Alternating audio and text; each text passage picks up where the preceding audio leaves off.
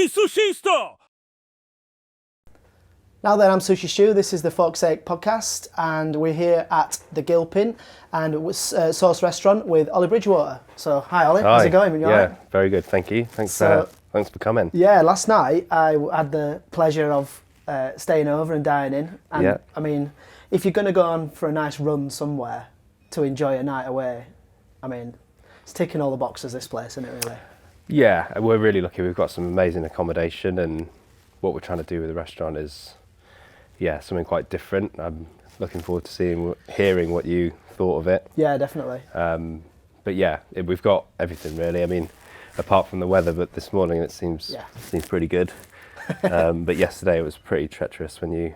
But I mean, that's what makes the Lake District so characterful. It can be like absolutely glorious, banging down with rain, you know, windy, but then sunny the same day. It's really like, the weather's a big part of being up here, really. I think so, yeah. And then obviously what we've got, the rooms are just so cool. Like, there's everything in the room anyway. So it's actually, if it's raining outside, you've got this amazing room to be in. You've still got that, what you can see of the view.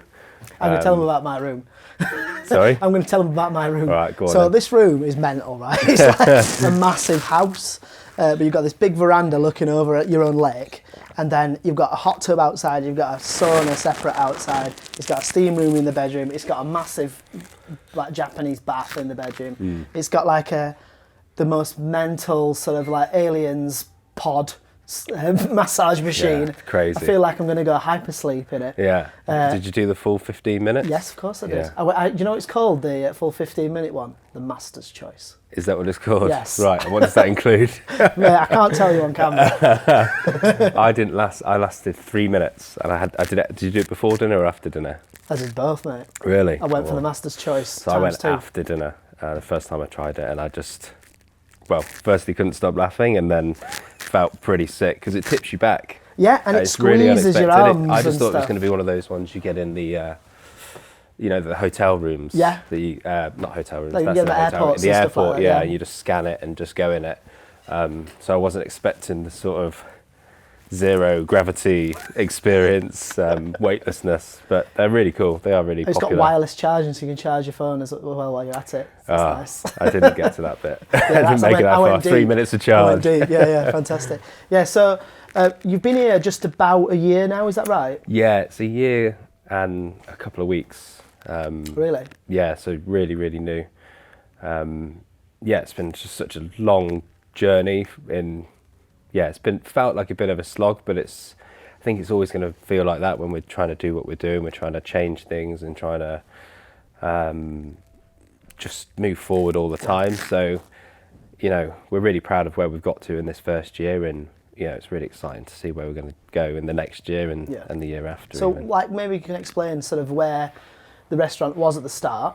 I'm sure you're not going to be too critical, but obviously you are wanting to take it from where it is to another direction. So, where was your starting point? Where are you at now? And where are you hoping to go, I suppose, with it as a project? Yeah, so when I took over, the restaurant had a particular style, which, was very French. There was tablecloths, a lot of cutlery on the table, and with a lot of sort of Indian influence. Okay.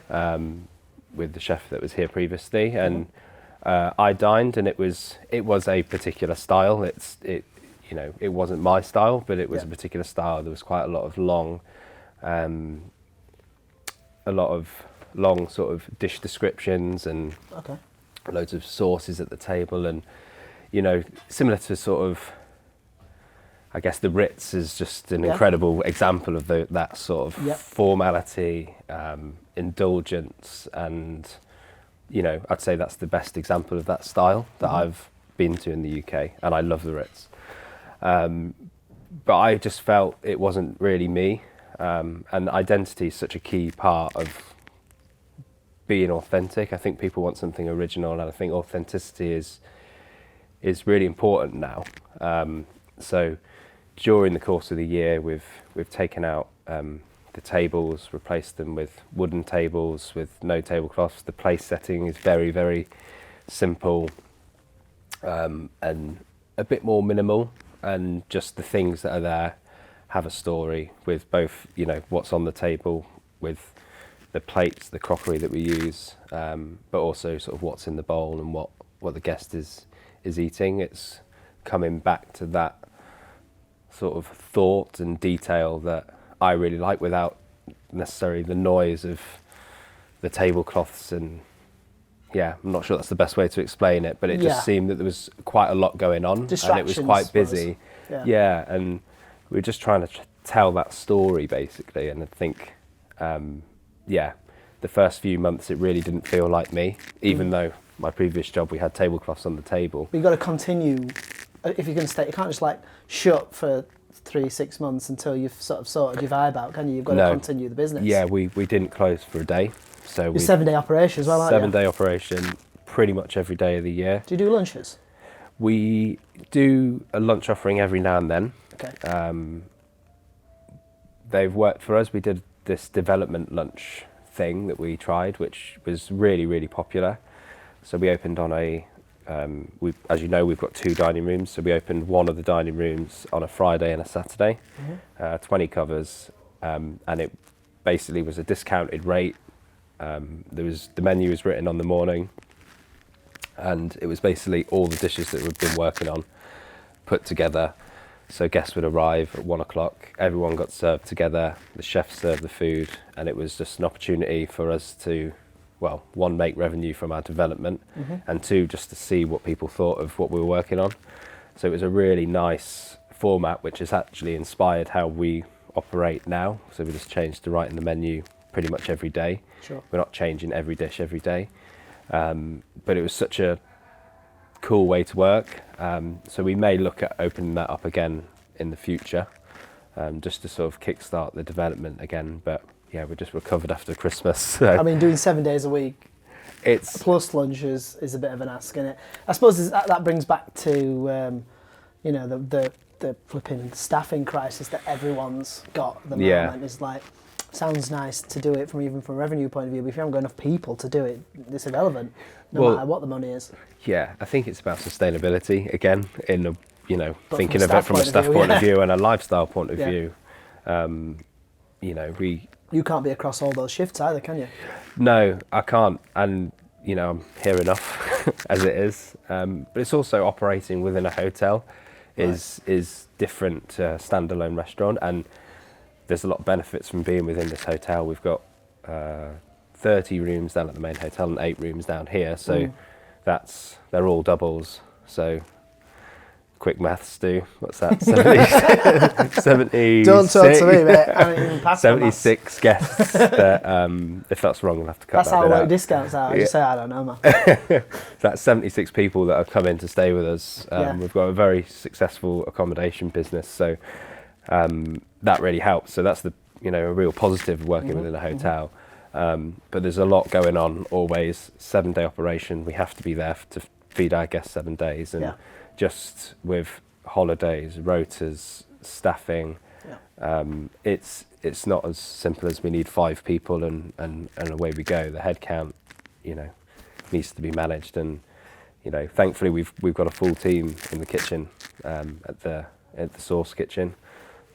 So we're really lucky, and it's just very different. I'd never worked a breakfast shift, for example, before coming here, and that's just mad. The hats off to those people, like the breakfast chefs. We have a small breakfast team at the main hotel and a small team here doing breakfast, and it's a real challenge. It's 60 people all at the same time, all wanting different variations of a English breakfast. The amount of combinations is just unbelievable. All got to be done on the fly. So it's really not my strong point. We've all got strengths and weaknesses, and I'll happily say on camera that breakfast shifts are not my strong point. But I suppose most people who are trying to run a fine dining restaurant outside of a hotel, they're like they're sort of looking at 4 days a week. Yeah. And the teams are working 4 days a week. Yeah, they might put 4 12-hour shifts in, but they've not got to think about those other 3 days, have they? Yeah, and that model absolutely works, and in a lot of ways, I think it's something that we've not really even thought about, just because we have to be here for our guests, and and we're busy on the days, you know, Sunday, Monday is the days that most fine dining places close. We're busy on those days. We can do 50 covers, even 60 on a Sunday night. Nice. So the business case for closing for a couple of days just isn't there. So yeah, we're just, as I said, we've been open a year. We're busy. We're fully staffed, so we can't really complain. Yeah. But So I suppose that brings us back to where's it going? Because you're like, if you, the good thing about having the protection of a hotel in the current climate is that, you know, just running a restaurant, we're seeing closures like left, right, and centre. It doesn't matter if you've got a star or not. No, yeah, and some of the, you know people at the top of their game. James at Raby has closed his 2-star. I'm sure it's not because his 2-star's empty, but the offer of having a big backing, like what he's gone to. I mean, I've not spoken to him about it actually, but I could just imagine that the safety of that and then being able to have the sort of the level financial sort of like rhythm over multiple years. You could go, I mean, it's not ideal losing money for 3 years, but you could lose money for 3 years and then make money on years 4, 5, 6, 7, and it'd be fine. Yeah. You can go think much longer term, can't you? It's just no guarantee as well. I think that's the big thing, isn't it? To get to that third year and just lose money, and then what's happening in year 4 with, you know, rising costs, and you know, we're busy. The hotel brings us that footfall, and it also enables us to not be too greedy with our margins, so that we're able to still serve the best ingredients that we can, and we do. Well, I know. Like I said, going back to last night, you know, like loads of caviar. I mean, I hope I was getting a little bit looked after, maybe. You were getting a third more than anyone else, yeah. But anyway, yeah, there was loads of caviar, loads of truffles, just naturally on those dishes anyway. Yeah. And the menu is pretty good price for a tasting menu with a 1-star restaurant with all those premium ingredients on. I remember we were chatting about this last night, weren't we, over at a pint, and we were saying that I remember when we started really talking to fine dining people was probably about 8 years ago, and you can get a 1-star tasting menu for 70 quid. Yeah. And now you can stick 100 in front of that. Yeah, yeah. Well, you would need to. Yeah, I think that's probably where we'd be if we were charging what we would need to if we were standalone. Yeah, but you're quite a bit cheaper than that at the moment. Yeah. I mean, the price might change, there's no point talking about it, but it is cheaper than most places, and most places would be scrimping and scraping on like putting decent bits of protein on, putting those luxury ingredients on, but we got all that. Yeah, yeah. We're really lucky, and we're able to, you know, having a busy restaurant is just the heart and soul of any dining room.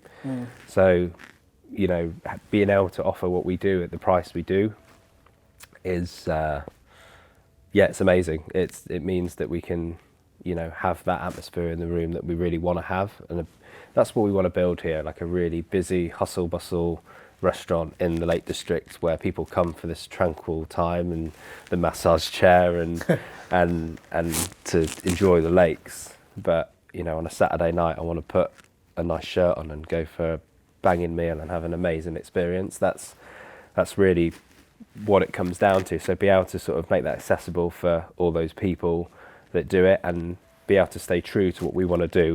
We want to have amazing proteins, and we want to serve a decent sized portion for it. It's not I think you'd agree, it's not a crazy amount, but it's not a thin slice of that.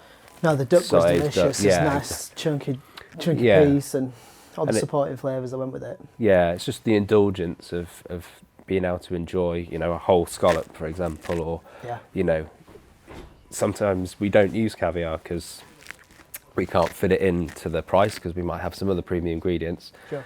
But if we're going to use it, it needs to be a good spoonful, 6-7 grams in the sauce, or we don't bother. The white chocolate ice cream, that had a really sort of like generous amount of caviar on it. That was particularly delicious. It had like the hoji cha tea. Yeah. What was that suspended in? 'Cause you put it in liquid nitrogen to give it that sort of... So we have the ice cream at the bottom and then the caviar, and then we make like a glass from the tea. So it's just like an isomalt base. So the glass was the hoji cha thing, not the thing you sprinkled on top? Yeah, so there's tea in that as well. That just creates that barrier, and then we make like a frozen tea mousse and then charge that in a canister and spray it in liquid nitrogen, and it freezes, and then we smash it up and just put that on top. So it's that temperature, cold, like frozen, cold frozen is the idea. The other thing with messing about with temperatures, I mean, we'll talk about the 2 T's thing as well when we get a chance. But there's another dessert, quite a lot of desserts, and I loved all the desserts actually. They're all really good. One of them was really interesting, and that had like hot and cold on it, and that was the one that had like a sesame brittle in it. Yeah, the rice pudding, that is the sushi dish. It's like every one of your products in that, or has featured in that dish. Do you know what? It's funny because I was saying last night and my kids would gag for this dish because it tastes like just whatever we've got in the store cupboard at home. Yeah, just no offense. I'll take that as a compliment. But it just like tastes like a weird thing for compared to most kids. But my kids would go, "This tastes like our house." Yeah. Which is a weird Yorkshire house, but I mean that is what it is. That dish actually came from the first ever tasting we did when I was at the Duck. Oh yeah. Which I was trying to remember the year. Can you remember? I had the white car, so that would have been 2018, 19, something like that. Yeah. 18, I think. Yeah. Seems like a long time. There was Nick there, you, Ed. Who else was there? Well, we did one at the. You did one at the development kitchen afterwards. Was that after? Yes. Okay. That was when they were planning the dinner by Heston in Dubai. That's right. Because Tom was there. Yeah, that was a good one. Yeah, that was a good laugh. That one. And then we were cooking all stuff up in the. These guys, right, I mean, because the Duck, they just are mental. They've got like a full. Well, I mean, just like who has a full development kitchen on an industrial estate, multi rooms, kitchens, everything. It's just like. Because everything, it was an amazing the place is so small, isn't it, the Duck?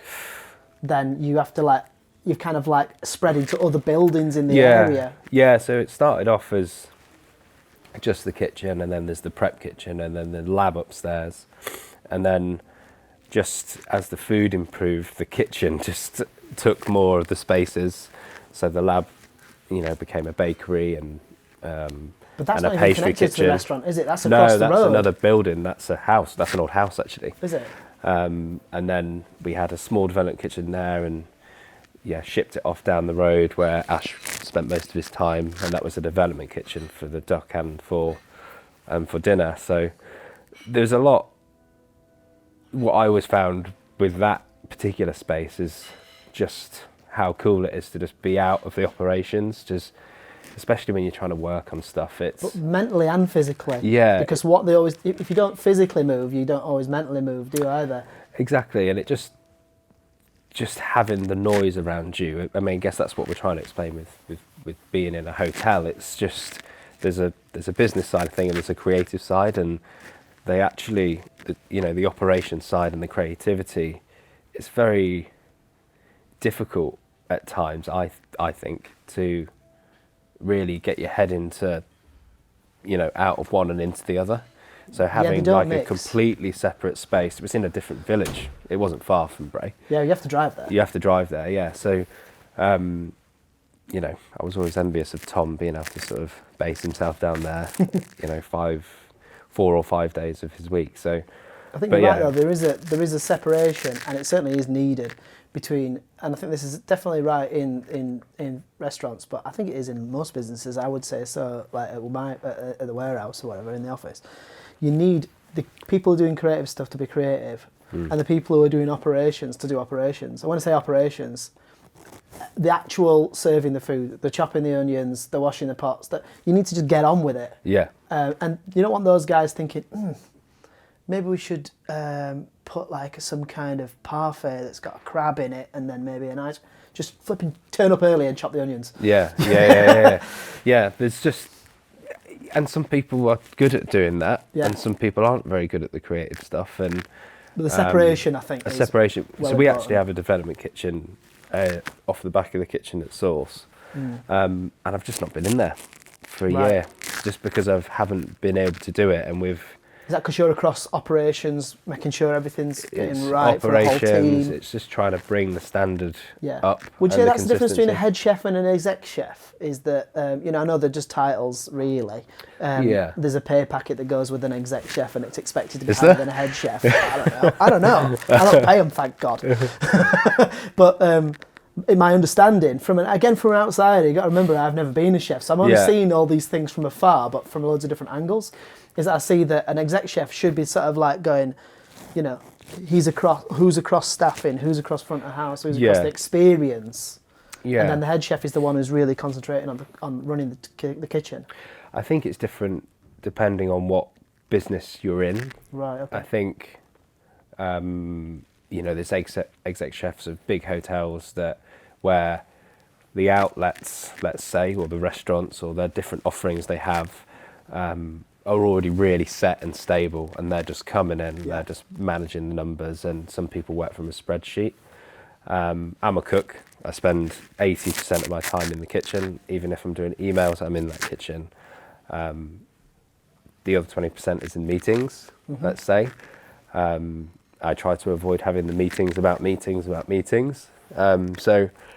think they are just titles at the end of the day. But I think that there is an idea that you're sort of collectively responsible as a team for different things, and it's just about supporting those key members of the team in the other sort of offerings we do here. But I spend all my time in my kitchen, so I guess I'm quite lucky in that respect that I don't have to do a third. It's focus and get this. You've not been dropped too much into sort of a senior management position where you're not actually getting your hands on the food. Yeah, I need to get my hands on the food, otherwise I'll just go mad. Yeah. That's you've got to stay connected to that, otherwise, it causes all sorts of problems, I think. I went on holiday a while ago and I went to this hotel and it's got like 15 restaurants in it. Because this is not one restaurant, is it? Here? You've got this, we're in the lake house now. Yeah. There's a lovely little restaurant just off the side there where I've just had breakfast, and it used to be a steak restaurant a while ago. Yeah, so we did a grill restaurant there, and we might look at doing something here again in summer. But you've also got, obviously, Sauce, which is your baby. So we've got Sauce down at the main hotel, and then we have a spice restaurant there as well. Yeah, is it like sort of Pan-Asian vibes, isn't it? Pan-Asian, and that's a very, they're 60, 70 covers a night. A bit more casual. Very, very, very casual, very popular with the local people. It's cool. It's a really cool thing. And, you need those different levels, don't you? You need a flagship aspirational offer. Yeah. And usually they don't make any money. My fault. Yeah. But then you've got the sort of one that's a little bit more accessible, but it's full all the time and it's just cheaper and tends to be more, like you say, locals come in. Yeah. Well, it's our average stay here for guests is 2.2 nights. That's pretty good though, isn't it? So to have these two very different offerings, it just gives everybody an opportunity to try do two different things, and also at two different price points. We always try to monitor that. Obviously, we would like to protect those entry levels. The good thing about Gilpin Spice is you've got the ability to hit two different price points, really, haven't you? From a customer point of view. Yeah, I think it's two price points, but it's also two experiences. That's the real value. Like, you stayed here for one night, so we're very honoured that you chose to come and eat with us. But for those coming with, and you're a new Asian supplier, Asian produce, right? So spice should have been a bit more up your street. But we do a lot of those things come into our cooking as well. But having that sort of different experience. It's open kitchen over there. The music's a lot louder. It's a bit more sharing plates. It's a bit more casual in that respect, but the quality's still super high. And then if you're coming to celebrate a birthday, perhaps on your birthday, you're joining us over the road. So it's really nice, and it's very important to the business to protect those price points and keep the distance the same, so that we're not making that super expensive and we're not going too far away you know, in margin from one to the other. We're quite happy with how they sit currently. And then, it would be great to come down here and do something again in the summer, perhaps. But we'll just have to see. You know, we're very lucky. We've got 2 really busy restaurants. Yeah. That's the thing, though, isn't it? Because like to have, first of all, a steady level of bookings like you've got here is a blessing. Plus the backing of a hotel gives you that sort of platform to go, okay, so we know that we can survive. Yeah. So here we can think a little bit more medium and long term. Yeah. Yeah. It allows us to perhaps take the risks that other people can't. You know, with what we're serving, we still have to keep a really close eye on the numbers. It's not easy. We're not in a, we're supported by the business, but we still need to hit targets. So over at Source at the moment, you sort of inherited the old Starred location. Yeah. And you've been sort of transitioning it over a year, but the way you come in now, it's nice. You sort of like you pull out front, you walk into hotel reception, but you're not walking into the restaurant. You're walking into a hotel, aren't you? Yeah. And then you're walking into sort of like a reception room with a fire and like a. It's nice, but you feel like you're in the hotel, don't you? Yeah. And the restaurant's kind of like sort of on the side of that. You're looking at sort of changing the layout and the architecture of that side of the hotel to be more of a restaurant. Full stop, aren't you? Yeah, exactly. So, I mean, the journey of the business it's pretty remarkable. It started off as the now owner's parents.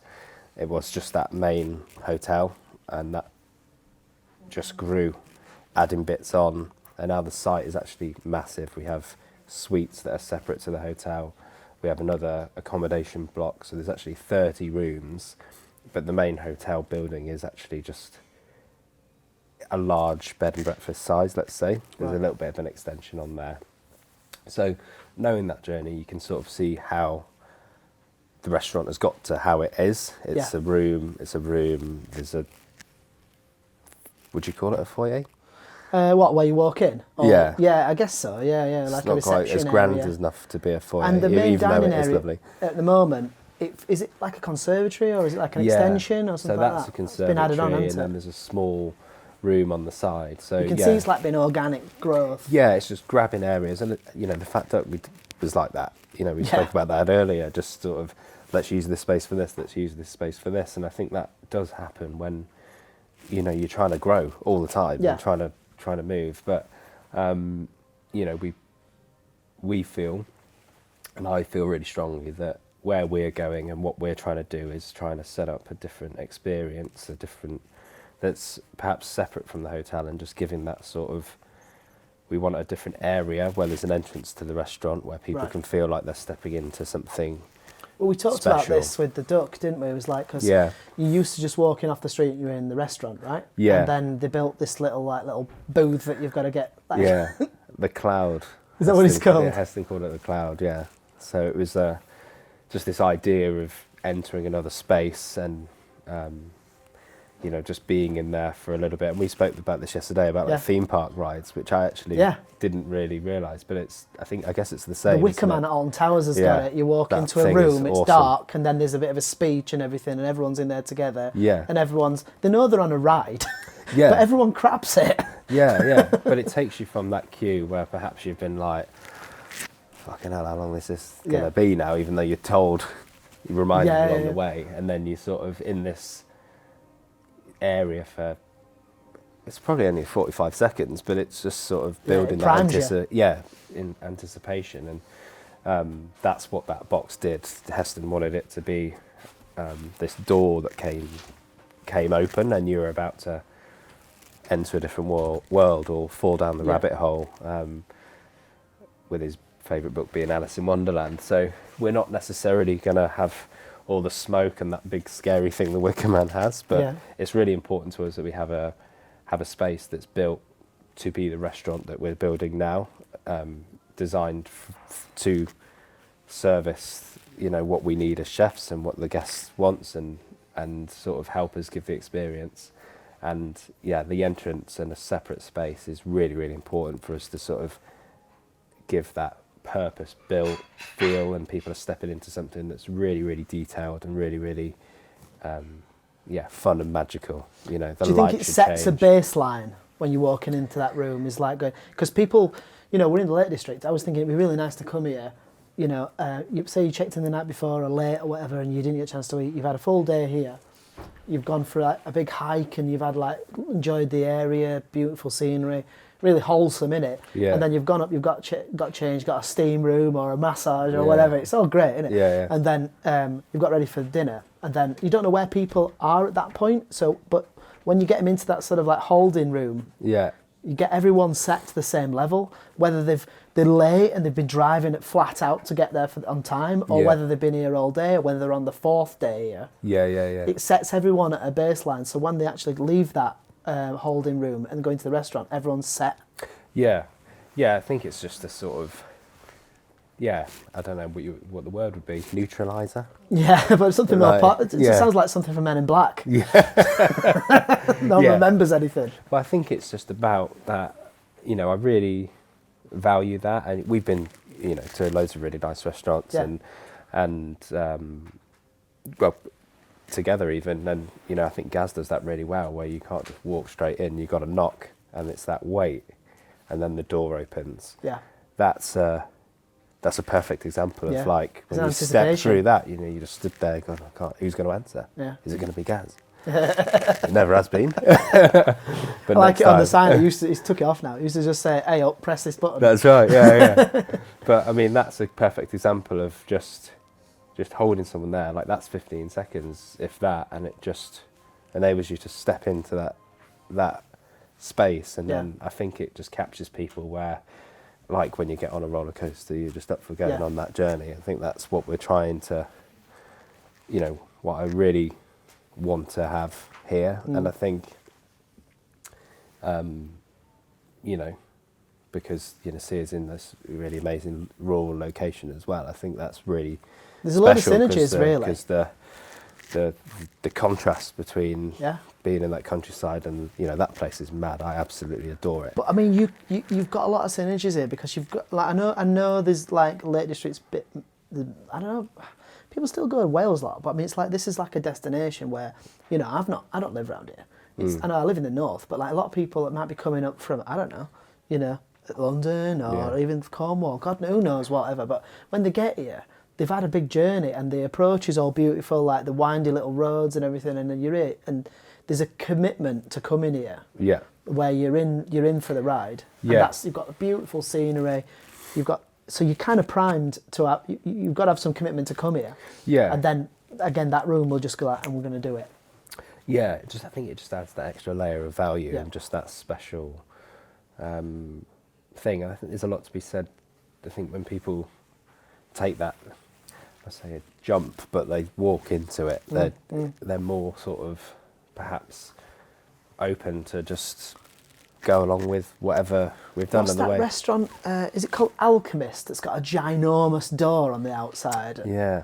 That feels like it's a bit of like, we're here, and they've made a big point of that crossing that line, I think, haven't they? Well, if we think there's quite a lot of restaurants with doors, isn't there? There's, you know, French Laundry. They've all got a door. Well, they've all got doors, but where the door is quite famous, right? Like, what's the French Laundry door? I'd never been. I don't know anything about it really. Well, I've never been to French Laundry, but I've been to Per Se, and I think the door is the same. It's a blue door with a you know, brass knob in the middle.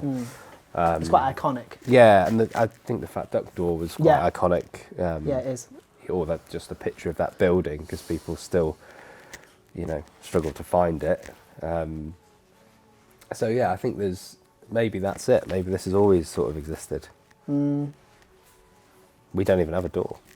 We've got a door to the reception. Well, I mean, where the restaurant is at the moment, like we said, it's in sort of a side room in a conservatory, and then you've got the reception as the way in. Yeah. You've got the sort of the reception / lounge area for the hotel is also where you would wait for. So like you said, at the moment, it feels like the restaurant's been bolted onto the B&B. Yeah. But where you've got quite a large lounge besides the one that we talked about, and you've got a bar at the moment.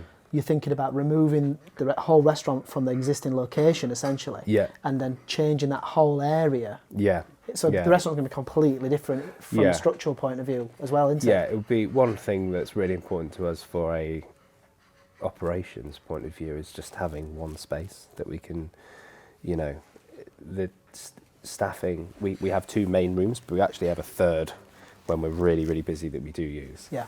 And if you think about, it's like having 3 restaurant rooms. So from a front of house operations point of view, you've got to have, you know, your manager across 3 rooms, which is never ideal. And then you've got to have, you know, I think you could do a lot more with if it's just one space that flows, you can see a lot more. And Yeah. I think we can add a lot more detail if we, you know, when we get that one space.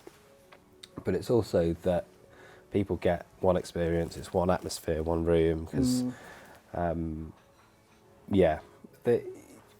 we can't complain for now.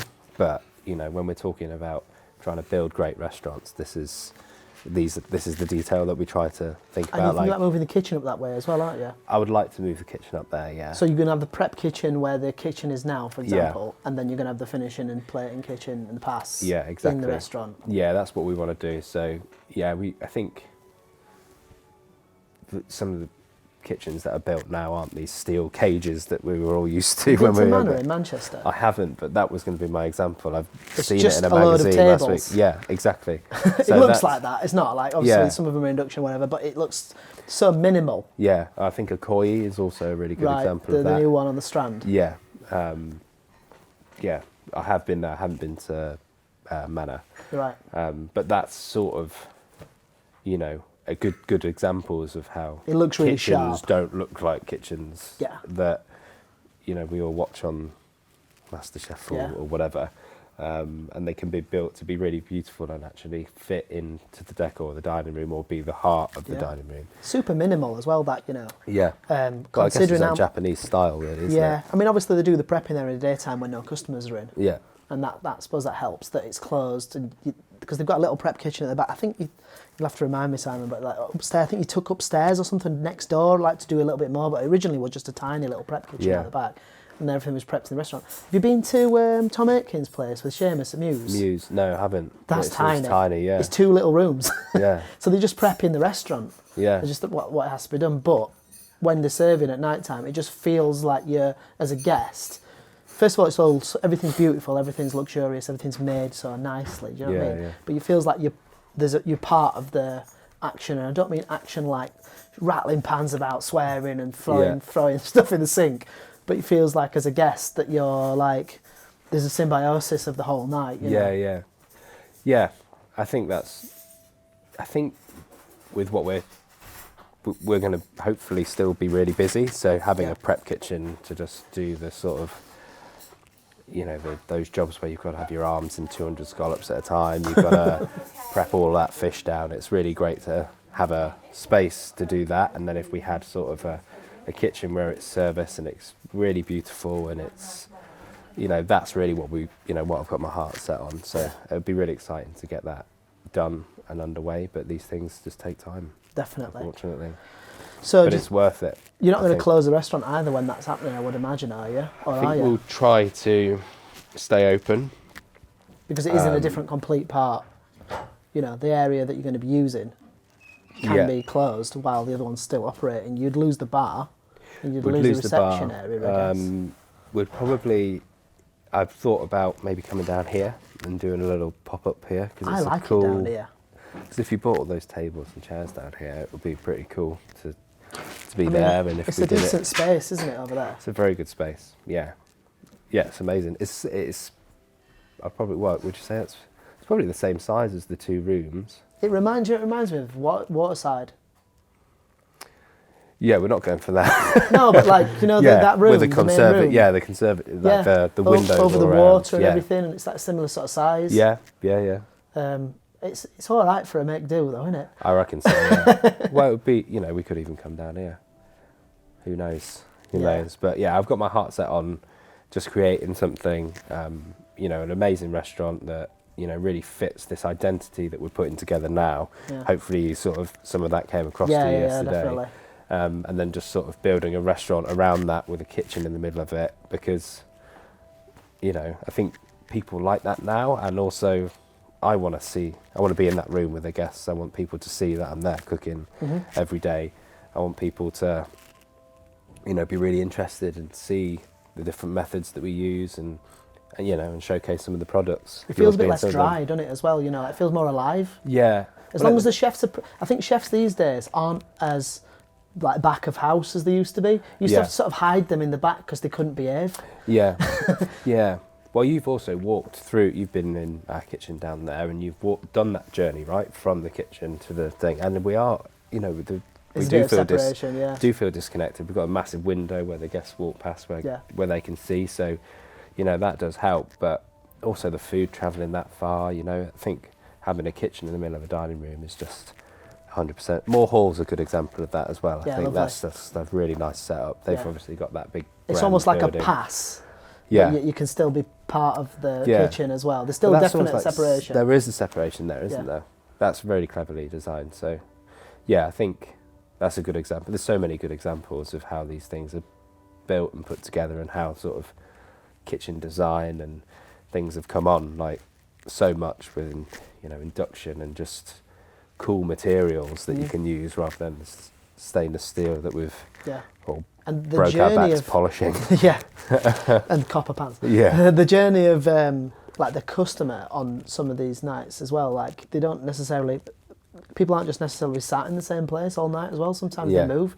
Like again, in a Sear, you start in a bar area, you serve some stuff at the table, then you move through to the secondary bar for a cocktail, then you move through to your table, then you can go outside and have something outside. Yeah. So you can move within these zones. Yeah. Sat Baines has got like a little greenhouse in the back garden. Yeah, that's right. He's got like a test kitchen, which sometimes you go in and have a dish in that room. Yeah. So they physically can move. Sometimes they bring people if they do have a separate kitchen, they might have got a little Sicene. Theo Quench does this and showed it at Blue Mountain School. You have one dish in the kitchen with the chef having a chat with him, and they'll plate it up for you, because that's how you can bring people in. It's an icebreaker there as well, isn't it? Yeah, exactly. So there's so many different ways you can interact these days. It's not just, again, like we said before, the white tablecloth Ritz format is. The problem with that is the Ritz do it better than everybody else. Well, I mean, you're always going to be number 2, not aren't you? get a better room than that, I don't think. That's it, isn't it? Yeah. No, I think it's all. I really like the moving thing. I think Franson do it really nicely as well. Right.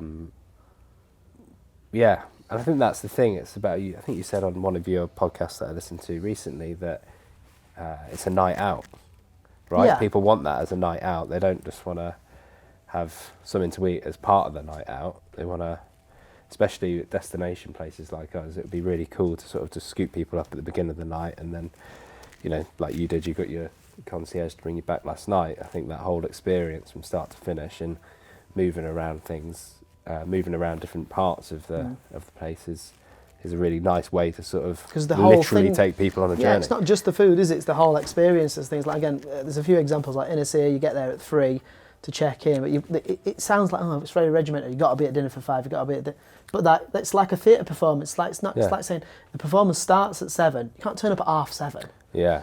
Well, people do, right? Unfortunately, and everyone's sitting. Everyone needs to be sat down for the beginning of the concert. Really, yeah. It's kind of a bit like that, And I know it isn't for everybody. Sometimes you want to just go for an a la carte meal or a pub or whatever, and just turn up when you turn up and order what you want to order. That's a different thing, though, isn't it? It's like seeing a concert or going to a theatre, or there are different sort of formats. Yeah. But I tell you what's nice as well with you're talking about getting the lift back because they've got like drivers here which drive you around the estate, which is pretty cool. Yeah. But little touches like I stayed at Paul Ainsworth's townhouse once, that's like a property that's away from the main restaurant. And when you get back to the room, they've like made like a flask of really nice hot alcoholic chocolate orange. Oh, I know, the for dream. bed. Yeah. It's just these little class little things. So it's even after it's finished, it's continuing. Yeah. I mean, 11 Madison Park used to do that thing where you get like the granola and I don't know, it's granola and muffin and like tea and like for breakfast the next day. It's cool. It's a really cool idea, and it just adds, that's adding value to the guest experience really. And if you can still be talking about it on the way home and there on after, it's you've nailed it. You need to finish on a high, don't you? Yeah. You get the little breakfast that you're gonna see when you stay over, don't you? Yeah, they used to do it was like a 30-course meal, and then you'd have to get up in the morning and have like a 7-course breakfast. I loved it though. It was incredible. It was carnage, but yeah. I can see why You know, hard for the guys that's there. really, really difficult to sort of deliver, but it was fucking good. I remember really last time they enjoyed did that. They've stopped doing it now, but like I say, they get a little takeaway breakfast. It was Which Corin. was also amazing. Yeah, it's Corin, who's now head chef at Gwen. Yeah. He was like, we were up till like 2 a.m, like cleaning down and stuff. And I remember I'm drinking and that, and I'm knackered. And they've been working all day. Yeah. And then I wake up in the morning, get down for breakfast, and he's been there early and he's cooking my breakfast. I think, mate, you're an absolute machine. Yeah. Yeah. Well, that place is just so organised, and I spent a couple of days with them in the kitchen. Yeah. And yeah, it's just super, super organised, and they're just on it all the time. And that music's going. I was knackered. There's 2 days now, and I ate there. So yeah, I mean, they're just a great example, aren't they, of just push in and just really try to create something special. And it's a little bit intimidating. Like, shit, is that what I've got to do? You know, do I want to be bothered? God. Yeah. Well, it's just different, isn't it? Yeah, I think. It's just different. There's so many ways to get there, and I think everyone's got to go on your own personal journey to be able to create something like that. That place is that guy, and I know loads of people are very inspired by it, myself included. But you know, you can't replicate that place because you've got to create a brand identity. Yeah, exactly. So, what a cool place. Need to go back. Definitely. Yeah. And last time we went, there was me, you, Nick from. Who was the other Sue at the Duck at the time. I think he just finished. He started Jackdaw at the time. Yeah. And Ed, exec chef, all in one jacuzzi. That's right. Cigars. We've been on this, sat on a motorbike for about 200 big miles to get. That was class, it's a great mate. crew. That when we get together, it's always a good laugh. Yeah. It took us 7 hours to get there. So I was staying in London. I was in my old car, which is not slow. No. And I went from London to meet Ed in Maidstone, which is near Bray, isn't it? Maidenhead, sorry, yeah, not Maidstone, that's in Kent. And then we drove to inner city. That's why it took you so long. You went 7 to Maidstone. hours. Yeah, I went to Maidstone, ended up in Calais. It is a long way. I came from here to Wales because Nick and I did that. Have you seen it in Wales? That mental zip wire. Oh, is it near a Go Ape or something like that? Or is it over a canyon or something? It's over a canyon, but it might be a. No, I think it is near a Go Ape actually. Okay. But it's is there like a roller coaster where you just take a trolley down a hill essentially? Yeah, we did that. But yeah, it's like the fastest zip wire in the world. So I was actually, only coming from there, so it didn't take us that long, 2 hours. Right, yeah. And it was amazing because we drove through quite a lot of Wales, which is just such. We need to go and eat at Jackdaw actually. We do. Get a trip sorted in the cars. We'll get Ash involved for that one. That would be cool. Yeah, I need to do a trip like that when the weather gets a bit better. I really want to do Nürburgring. I did Barnsley to the Nürburgring once. Right. In a day. In what car? It was an old. It wasn't old at the time. TVR. It wasn't in TVR. You would have got ran there. out of petrol before it gets to outskirts of Sheffield. Yeah. That TVR I used to have. I went over a bump and the brain of the car. I forget the name of it. The computer. Have you got a brain? Yeah, like a fuel. It was like electronic fuel injection management. Right. Bosch box. It was in the glove box. And I went over a bump, and then the glove box fell open, and the brain fell out of the car, and that was it. It never worked again. And it was held in place by a piece of cut out number plate that had been stuck on with like That's why some those glue. cars are so cool, no? Do you regret owning it? Financially, at the time, I could not afford it. Yeah. I'd love to have it now, where I could afford to sort of like still Take it out not of the drive weekend. it because Yeah, it didn't work, Yeah, but yeah. not really be like going, I don't have another car. Yeah. Yeah, I couldn't. It never moved off my drive, and I couldn't get anywhere. Yeah. But I had a massive blue TVR, so Yeah, that's cool. That's 6 and really 2 threes. Yeah, exactly. Well, There's you'll always one. be like that, There's I one think. near me that's on like a ramp, and I might go knock on the door and see like what you're doing with that. Yeah, nothing. Do you won't want move. Do you want me to pay for it to still stay there? Yeah. Yeah, they're great things. It's such a shame, isn't it, when you see those videos of them in the factory and they're just not made anymore. It's all the parts. I mean, they around. were shit, but they were just cool as well. ridiculously cool, yeah. Mine was like the old. Mine was a 400 SE. They only made 250 of them, and I had 2, and I had the same colour. But I paid note for it. I paid like £6,000 for it. Yeah, And, which is why they didn't work, those two. Yes. Bargain. A car that worked for 6 grand. Man, it was bad. It had like a Range Rover V8 in it. Right. And it was loud. Yeah. Well, but it used to set plastic car engine. alarms off.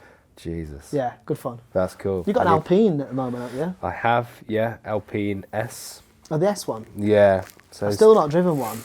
Yeah, they're great fun. I mean, Ash has had his for a while now, I think. Yeah, he's the one who's... Because he has got a 997 turbo. Yeah. Which is a right motor, manual, coupe, proper man's car. That is But he ridiculous. says he likes the Alpine even more. Yeah. Well, he said he's going on a driving trip this month or next month, and he's taking the Alpine over that. Right. So that's, and I've never actually driven his 911, but yeah, they are just such great cars. They are just they're something special, and it's one of those things that obviously made by Renault. So there's Yeah, loads the of, RS Renaults are always good, right? Renault bits all over it, which sort of let it, But when you can look past that because the driving experience is so good, you're in a good car. You've driven an MX-5? Never. Right, well, this is the problem, crazy. right? But like, I had to go in like a 2016 one or something, the latest generation, but like when they just come out. And yeah, they're small and they look like wanky or whatever, but everything in it's really nice. Yeah. Like the gears change is like... They're not quite quick enough though, are they? Yeah.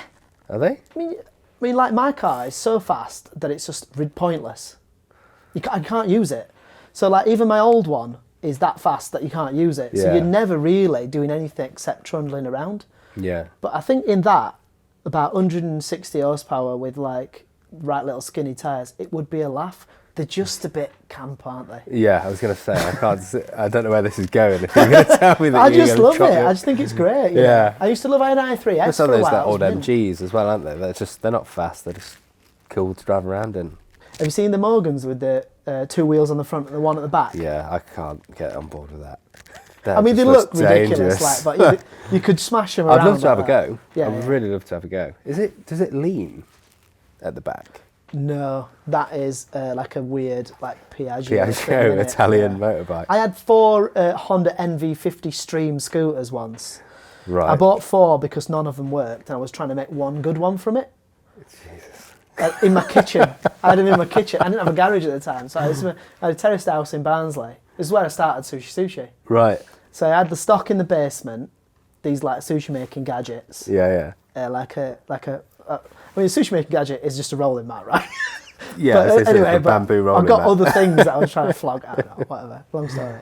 But in the kitchen on the ground floor was the Mac iMac G4, best one, hemisphere white one with floating screen, which I built the website on, and also 4 scooters, motor scooters.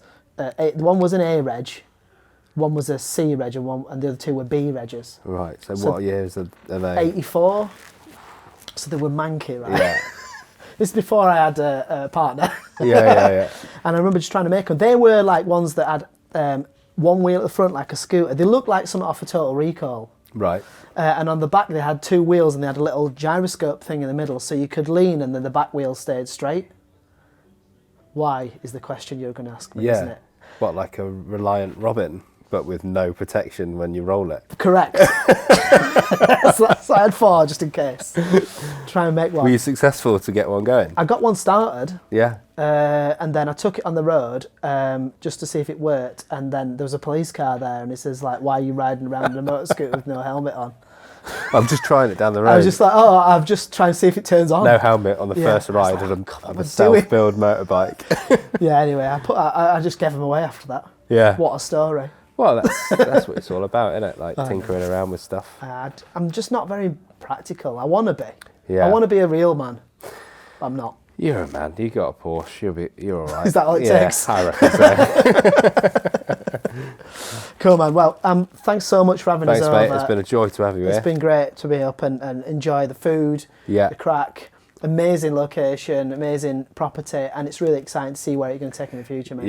Yeah, I'm really looking forward to it, and you'll have to come back and see how we're getting 12 on. 12 months, I'll be back.